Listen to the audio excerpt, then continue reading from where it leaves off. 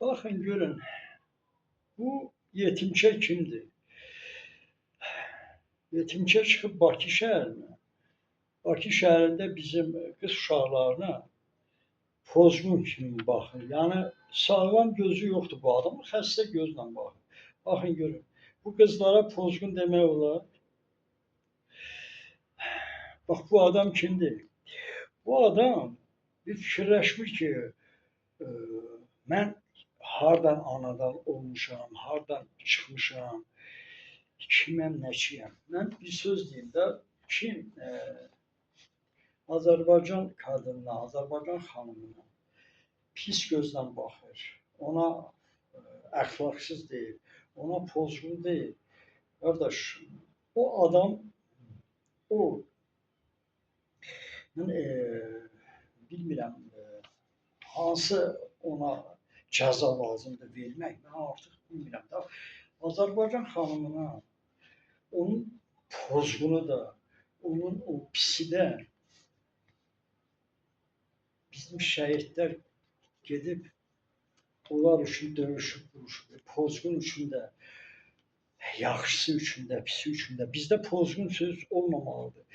Bizim bax Azərbaycan xanımına yaraşmır da, yaraşır bunlara ait bal uşaqlar. Bax bunu görürsünüz, bunlar etiraf edir dünyanın Marksın deməyinə də. Bunlar etiraf edir ki, dünyanın ən pozğun, ən əxlaqsız xanımı bizik. Bunların əlinə kişi düşdü də, bilirsiniz nə günə qoyurlar. Yəni bilirsiniz. Dünyanın ən bir nömrəli masajistləridir. Və o fahişə sözü bunlara yaraşır. Bunlar xoşbəxt bilirlər özlərini. Bizə yaraşmır. Bu Natiq Qasımov bayraqla çıxıb bizim qadınlarımızı, xanımlarımızı xilas etmək. Və o xanımlara bugün adam fahişə deyər, adam pozğun deyər.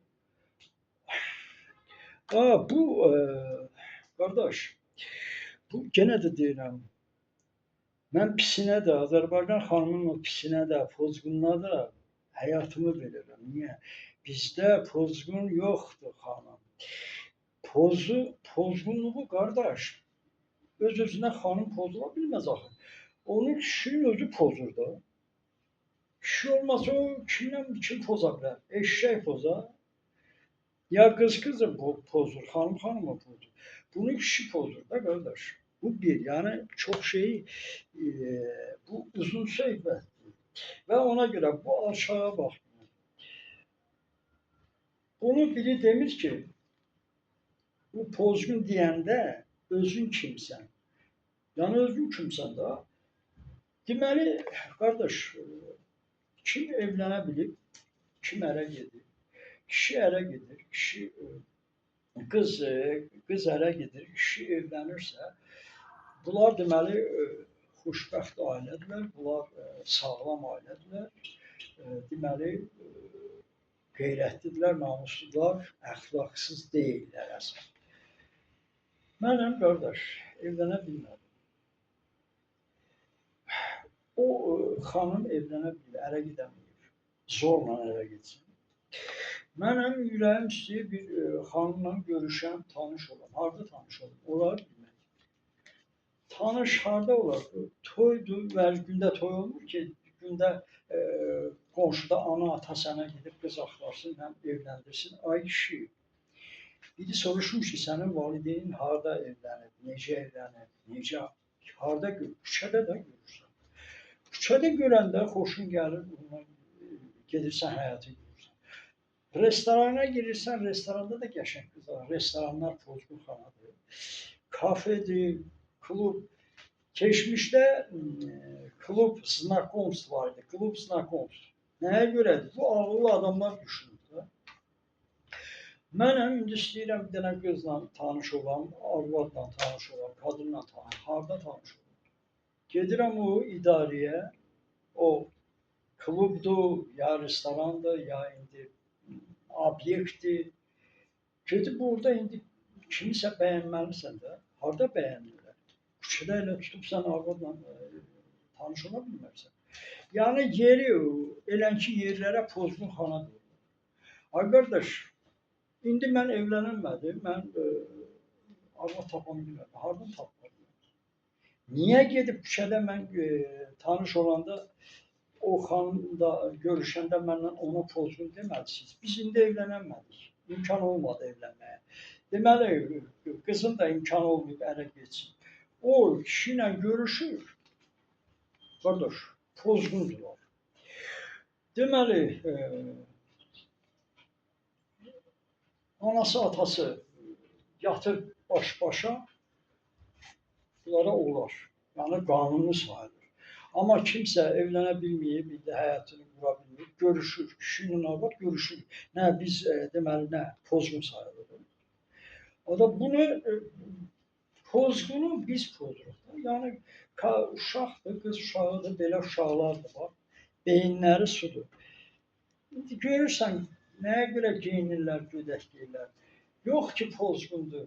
Oğlana xoş gəlsin də. Oğlanların da hamının da xoşu da gəlir də. Oğlan da görür ki, gözəl bədəni var, gözəl. Hamısı gözəl bədən axtarır. İstəyir qadını gözəl olsun da. İndi biz çadırın altında indi gizlətmirik, heyvan dəyirik də. Gələk çadırın altına. Bu xanıma baxın, pozğun deyirsiniz. Bu pozğundur, üzü açıq. Eramızdan əvvəl. İndi buna baxın. Buna baxın. Bəlkə də 10 dəfə ərə istəyib geçsin də, aktrisadır. İndi belə gətirir də, buna niyə pozğun deyirsən? Kişi aparır pozur da, bu öz-özünə eşşəklə yatmır ki, eşşək pozsun. Kişi aparır pozur da bunu, düzdür? Sonra geyir-geçər, axlaqsızdır. Bu yetimçə gör nə deyir? Deyir ki, Bakıya çıxa bilmirəm. Ay aça, Bakıya çıxa bilmirsən, çıx, indi mən sənə göstərim, haradasan? Görüm hələ sən kimsən? Azərbaycan qadınına, qızına kim pozğun deyir, qardaş, onların təpəsindən gülləni başından vurmalıdır. Bu vaxt gələcək elə olacaq. Pozğun, fahişə kişiyə çatır. Yaxşı. Bu adam belə qızlara pozğun demək olar, sual verirəm hər bir. Adamın bəlkə də qardaşı, bacısı yoxdur, atası yoxdur. Siz ona niyə pozğun deməlisiniz? Nə alçaqlar? Bunlar sənin qızındır, sənin uşağındır. Belə geyim neyini bu burada?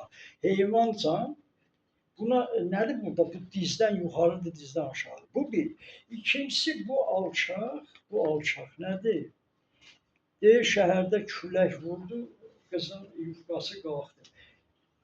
Qardaş, yufqası qalxanda nə var orada, nə gördün? Onu anan da geyir də, ananda da var da o. İndi küçədə görəndə anan da geyir, gəzir də evdə. Ya atanla yatır, bir başa düşdü, heyvanlar, hər şey açıq deyə. Külək qaldıranda kişisən, kişi yaxınlaşır, deyir qızlar, Bakıda küləkdə, külək var, şal var ki, bunu gözəl demək olar da, o qadına da xoş gələr, qıza da. Amma sən durub təhqir edirsən, nə tumanı görürsün, nə bilim, alçağın biri, o tumanı mənə də bağışlayır, o ermənilər ki, toy vaxtı ermənilər, bax bunlar deyir fahişə, biz yox. Bizim xanımlarımıza o sözü deməyin. Kim deyir, o cəza çəkəcək, zaman gələcək, cəzalandıracaqlar. Azərbaycan xanımı nəyin pozğundur?